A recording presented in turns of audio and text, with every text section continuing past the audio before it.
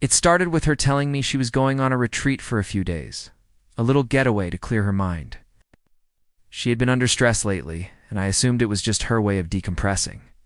I encouraged her to go, thinking it might help her reconnect with herself. But when I checked my bank account after she left, the floor seemed to fall out beneath me.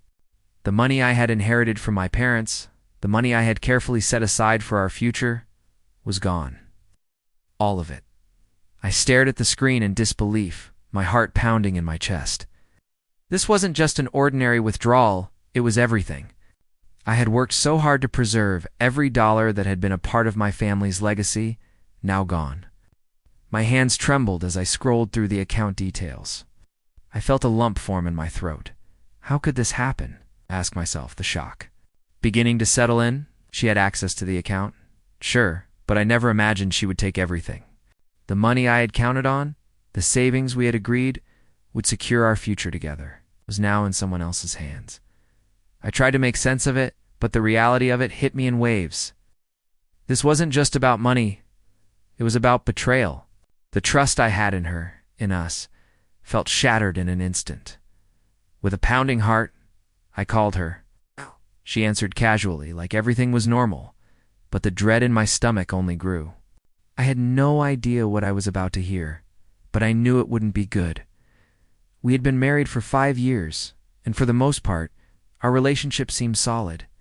In those years, we had built a life together, working, supporting each other, and sharing in both the struggles and the joys. We had our ups and downs, but we always seemed to find a way through, side by side. At least that's what I thought. I had worked hard to build the life we had. From the day we got married, I was focused on making sure we had everything we needed: comfort, stability, and the security to look forward to our future. There was nothing I wouldn't do for her, nothing I wouldn't sacrifice for us to have a better life. But one thing I had always been protective of was my inheritance. It wasn't just money. It was a legacy, something my parents had built and left for me. When they passed, it wasn't just a financial gift, but a piece of our family's history, something that represented years of their hard work and sacrifices. I knew how important it was to me, so I made sure to keep it separate from the rest of our finances. I thought it was the right thing to do. I never kept secrets from her, though our lives were intertwined. And I assumed that the way I managed my inheritance was a decision we would both respect. I trusted her with everything. I believed that we were in this together, sharing our dreams and our future. My inheritance was something I intended to pass on to us both, a cushion for the years to come. For our retirement, for whatever came next. I never imagined that she would betray that trust. In the beginning, it had seemed so simple. We were partners in every sense of the word, and I thought that was the foundation of our marriage: trust and honesty. Little did I know that foundation would soon crumble beneath me. Over time, I started noticing small things that began to unsettle me. At first, I thought I was imagining it, chalking it up to her needing space, or just the normal stresses of life. But the changes were hard to ignore. She became more distant, less engaged in our conversations, almost like she was somewhere else. Even when she was physically present, I also noticed her becoming more secretive with her phone, something that wasn't typical for us. She'd keep it close, always face down, and I'd catch her quickly locking it when I walked by. She started taking more trips without me, these weekend getaways that I didn't fully understand. She claimed it was for work or just to get away and clear her mind, but the frequency increased, and I started to feel more like a stranger in my own life. I didn't think much of it at first. Maybe she just needed some time to herself. Life can be overwhelming, and we all need a little space now and then. But deep down, I began to feel like something was off. It wasn't just that she was more withdrawn. It was the subtle way she had changed, the way her attention seemed to shift elsewhere, the way her behavior began to feel increasingly detached. When she came back from her retreat, things felt different. The moment she walked through the door, I felt it. The distance between us had grown, a rift I couldn't ignore. There was something off about the way she acted, something I couldn't quite put my finger on. She was smiling, but there was a coldness behind it, a sense of detachment that didn't sit right with me. The unease that had been building in me finally felt like it had a face. Something wasn't right. But I didn't want to admit it. I wanted to believe it was just a phase, that everything would go back to normal. Yet deep inside, I knew I was beginning to question the very foundation of what I thought we had. I checked my bank account, as I always did after big transactions, just to keep everything in line. But this time, when I looked at the screen, the shock hit me like a wave. The numbers were wrong, completely off. My inheritance, the money I had carefully set aside for our future, had been drained. Every penny? It wasn't just a couple of small withdrawals here and there. No, this was something else. The entire account was emptied, and I could see where. The money had gone. There were large transfers, all used for purchases, luxury items, expensive trips, and more. I stared at the screen in disbelief, my stomach sinking with each new line I read. The truth was impossible to deny. She had taken it. I felt a rush of emotions, anger, confusion, and an overwhelming sense of betrayal. How could she? How could the person I trusted most in the world, the person I thought I was building a future with, take everything I had worked for? I had to confront her. I couldn't let this go. She came home. I didn't waste any time. I didn't even let her settle in. "What did you do?"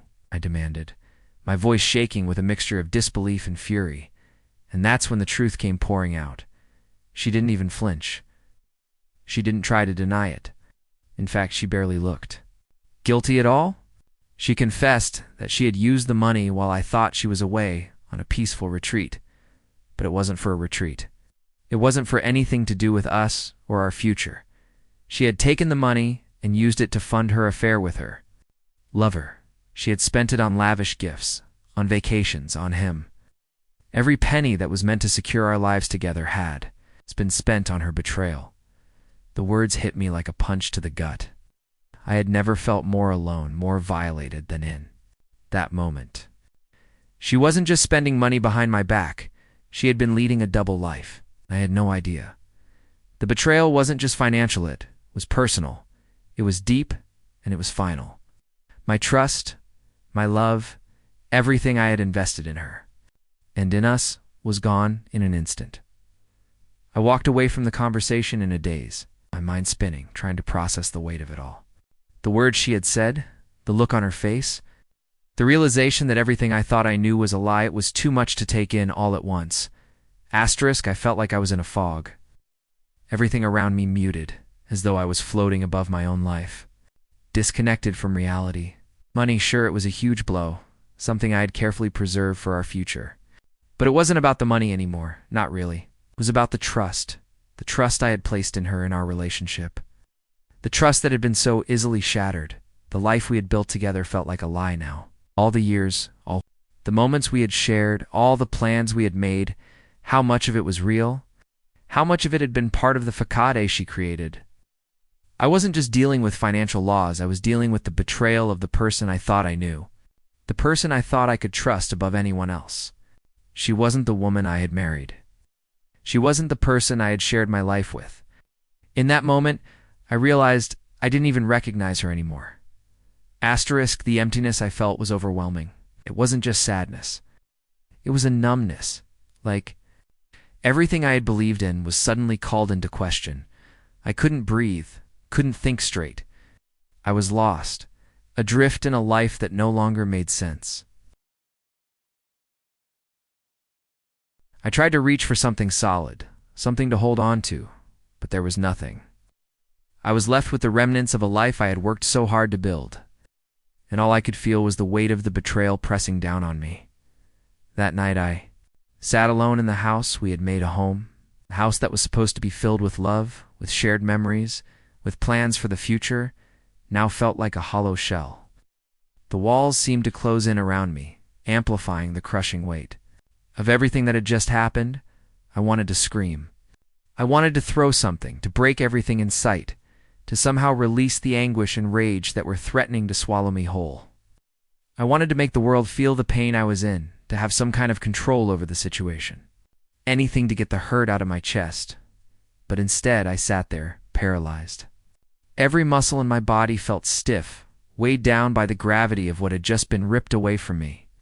I couldn't move, couldn't think, couldn't escape the suffocating reality of the betrayal. My mind raced, relentlessly replaying the events, the moments I should have noticed, the signs I missed. How could I have been so blind? How could I not have seen it coming? I found myself questioning everything I had believed in, everything I had worked for. What was real? What was the truth? Had our relationship been a lie all along? Was my entire life just a carefully constructed facade? The trust I had built with her, the future I had envisioned, the love I thought we shared, it all seemed like it had never existed. I was drowning in pain, suffocating under the weight of betrayal and disbelief. The emotions swirled inside me, but I couldn't make sense of them. There was no escape. The reality was too overwhelming, too all-encompassing. In that moment, I didn't know who I was anymore, or what my life was going to look like moving forward. All I knew was that I was broken, and I couldn't find a way out of the darkness. The next day, I woke up in a house that felt empty. Silence was deafening. It wasn't just the absence of hurt, it was the absence of everything I had believed in. Everything that I had invested my heart and soul into now felt hollow. The life we had built together, the trust I had in her, the future I thought we were working toward, it was all gone. I lay in bed for a long time, staring at the ceiling, not knowing where to go from here. The weight of the betrayal still hung heavy in the air, and the truth of it all settled in slowly, suffocating me. I didn't know what to do next. Part of me wanted to run, to leave it all behind and never look back. But another part of me was still clinging to the remnants of what we had, unsure of whether I should try to fix things or walk away for good. Could I stay with her after everything? Could I trust her again? Part of me didn't know if I even wanted to. I'd given her everything, and now I was left alone with nothing but questions and the wreckage of what was supposed to be our future. The person I had trusted more than anyone else had betrayed me in the worst way possible. I was left with the aftermath. My future had been thrown into chaos. I was left to figure out the pieces, to decide what I wanted from the rest of my life. I felt like a stranger in my own world, disconnected from everything I thought I knew. I had trusted her completely. We were supposed to be partners, building a life together. But now I didn't even know where to begin. Everything felt like a lie, and I had no idea how to move forward from here. The isolation I felt was consuming, and I was left alone with my own thoughts. Trying to make sense of it all, I couldn't just let it go. I couldn't walk away from this, from her, without understanding why. I needed answers, and I needed to hear it from her, why she would betray me in the worst way possible. Why she would take everything I trusted her with, everything we had built, and throw it all away. The thought of moving forward without confronting her felt impossible. When I met with her, the coldness in her eyes hit me before anything else. She didn't look guilty or regretful. She didn't seem to understand the gravity of what she had done. She looked at me with a calmness that only made the betrayal sting even more. It wasn't the person I had loved and trusted in front of. Me was someone completely different. "Why?" I asked, my voice shaking, trying to hold back the flood of emotion that was threatening to pour out. "How could you do this to me? After everything we shared?" But when she spoke, it felt like a knife to the chest. "It was my decision," she said flatly, as if it was the most logical thing in the world. "I needed to do this for myself." Her words were as hollow as her actions. I couldn't believe what I was hearing. For herself. Was this really about her needs, about her selfish desires? She was telling me that all of the years we spent together, all of the trust and love meant nothing in comparison to whatever she had decided was important to her. I wanted to scream. I wanted to ask her how she could look at me so calmly, how she could betray me so completely, and still claim that it was for her own well-being. But the words didn't come. Instead, I stood there, frozen, the weight of her indifference crushing me. The woman I had trusted with everything, my heart, my life, my future, was gone. And in her place was someone who saw nothing wrong with what she had done. The frustration and confusion I felt were overwhelming. And all I could do was stare at her, lost and speechless. In the weeks that followed, The journey to healing felt like a slow and deliberate climb. Every morning felt heavy as I wrestled with the weight of what had happened, but I knew I couldn't stay in that place forever. I had to move forward, even if the steps felt small and uncertain.